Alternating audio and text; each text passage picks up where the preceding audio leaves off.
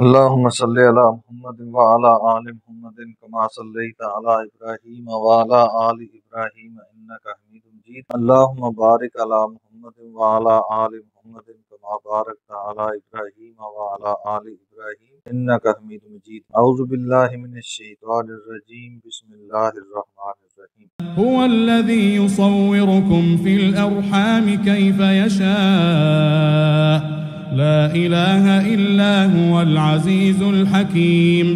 هو الذي أنزل عليك الكتاب منه آيات محكمات هن أم الكتاب وأخر متشابهات فأما الذين في قلوبهم زيغ فيتبعون ما تشابه منه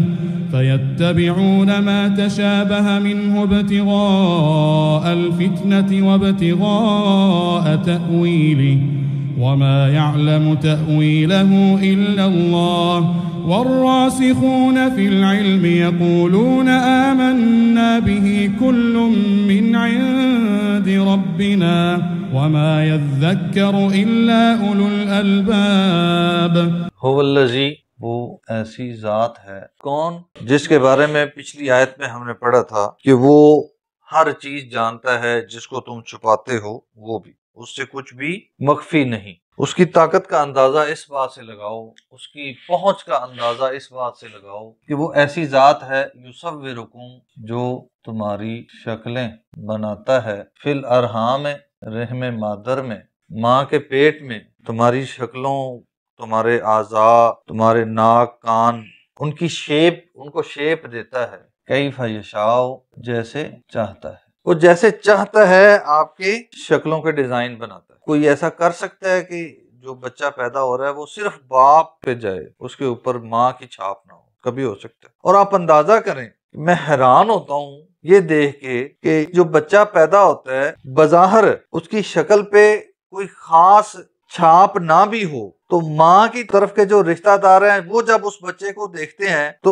اس میں انہیں اپنی بیٹی کی شکل نظر آتی ہے، اس کی چھاپ نظر آتی ہے. اور جب اس بچے کے باپ کے رشتہ دار اس بچے کو دیکھتے ہیں تو اس شکل میں باپ کی چھاپ نظر آتی ہے. وہ رب کیسا خوبصورت یہ شاہکار پیدا کرتا ہے کہ جس میں دونوں شکلوں کو اس نے مرج کر دیا ہوا. لا الہ، نہیں کوئی معبود، الا ہوا، سوائے اس کے، نہیں کوئی اس قابل کہ اس کی بات مانی جائے، اس کا حکم مانا جائے، سوائے اللہ کے. کیوں؟ صرف وہ کیوں سوال ہے، کوئی اور کیوں نہیں. کیونکہ وہ غالب ہے، وہ صاحب اقتدار و اختیار ہے، اسی کے پاس ساری طاقتیں ہیں. الحکیم، وہ حکمت والا ہے، وہ اپنے اختیار کو بے جا استعمال نہیں کرتا، وہ اپنی طاقتوں کو ایک حکمت کے مطابق استعمال کرتا ہے.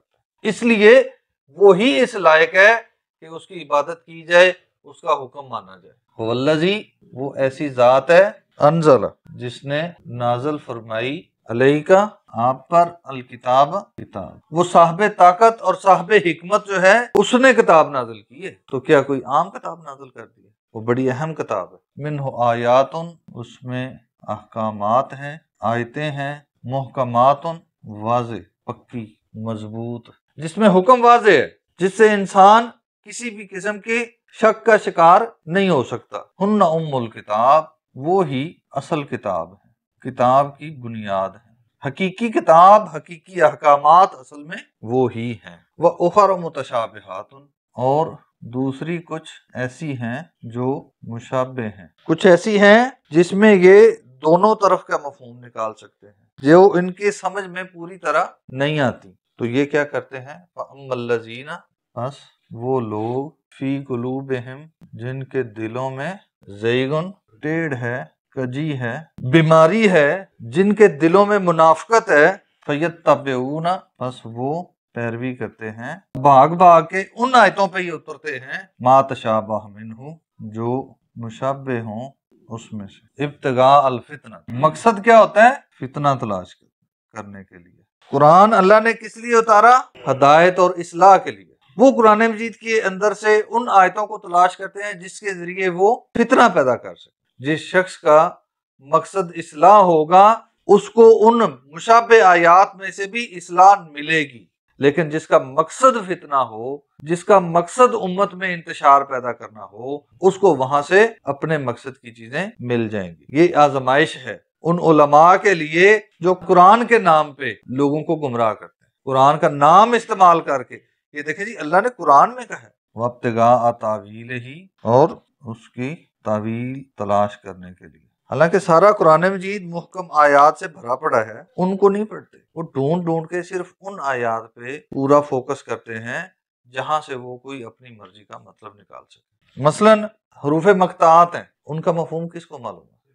ہم ایویں ہی ان کے مطلب نکالتے رہتے ہیں۔ ان حروف کے ساتھ رسول کریم صلی اللہ علیہ وسلم کے لیے صفات پیدا کرتے رہتے ہیں جن حروف کا ترجمہ اللہ نے نہیں بتایا، مفہوم بتایا نہیں ہے۔ ہم کون ہوتے ہیں اس کے مطالب نکالنے والے؟ یہی بات اللہ تعالیٰ یہاں پر فرما رہے ہیں کہ وہ ان کے مطلب نکالنے کی، تعویل نکالنے کی، اس کے معنی نکالنے کی کوشش کرتے ہیں۔ حالانکہ وما یعلم تاویلہ، اور نہیں جانتا کوئی بھی اس کی تعویل، تشریح، وضاحت الا اللہ، سوائے اللہ۔ اللہ تعالیٰ نے کیا بتایا کہ اللہ کے علاوہ کوئی نہیں جانتا۔ ہمارے ہاں بیان کیا کیا جاتا ہے؟ اللہ اور اس کا رسول جانتے ہیں۔ لیکن اللہ کے اس حکم کی خلاف ورزی نہیں ہے۔ رسول اکرم صلی اللہ علیہ وسلم پہ الزام الگ سے اور اللہ کے حکم کی نافرمانی الگ سے۔ پہلے بھی بیان کیا کہ الزام کیا ہے کہ اللہ کے رسول جانتے ہیں لیکن انہوں نے امت کو نہیں بتایا۔ اگر نہیں بتایا تو پھر انہوں نے نبوت کا حق ادا نہیں کیا، کیونکہ انہوں نے کچھ علم اپنے پاس رکھ لیا۔ نعوذ باللہ ثم نعوذ باللہ، یہ الزام ہے۔ یہ ہو ہی نہیں سکتا کہ رسول اکرم صلی اللہ علیہ وسلم کو اللہ کی طرف سے کوئی حکم آیا ہو، کوئی علم پہنچا ہو اور آپ نے وہ اپنی امت تک نہ پہنچایا ہو۔ آپ نے حق ادا کر دیا۔ والراسخون فی العلم، اور جو علم میں پختہ لوگ ہیں، یقولون، وہ کہتے ہیں، آمنا بہ، ہم اس پر ایمان لائے، کل من عند ربنا، ہمارے رب کی طرف سے ہے۔ جن کا مقصد اصلاح ہے، جن کا مقصد دین کا علم حاصل کرنا ہے، وہ کیا کہتے ہیں؟ ان کا رویہ کیا ہوتا ہے؟